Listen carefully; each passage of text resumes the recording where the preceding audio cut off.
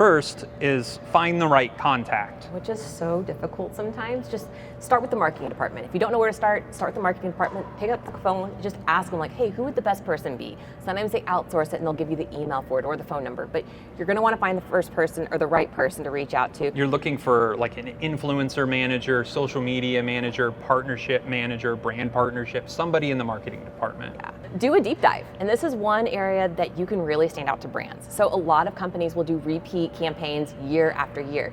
For example, I think it's Home Depot that does like a Father's Day campaign every June. And we know of a creator who reached out to them, said, hey, I loved your campaign last June. Would you like to work with me for this June? Because like if you do your research, you know what's coming up and you can pitch them on those exact ideas. So do a deep dive. Places like Instagram, LinkedIn, go back and see who they're working with, the hashtags they're using on a sponsored post. A lot of times those hashtags will take you to other sponsored posts and you can see what kind of content they're looking for.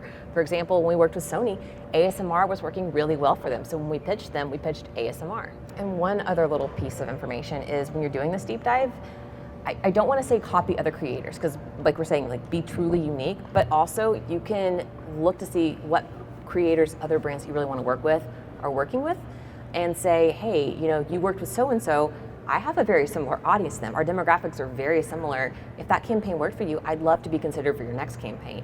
There's nothing wrong with doing that if you really have a very similar audience and it looked like it was successful for them. We've done that. It's easy for creators to get they don't have the mindset of being in business sometimes, which is weird. We were at a travel conference a year ago and they were saying, actually, we're learning that travel influencers don't make as much money as they probably should. We're real famous for just taking a trade of goods, taking a free hotel stay. And it's really easy to sell yourself short, but then when you do that, this is a whole nother topic, but you're doing a disservice to everybody after you too.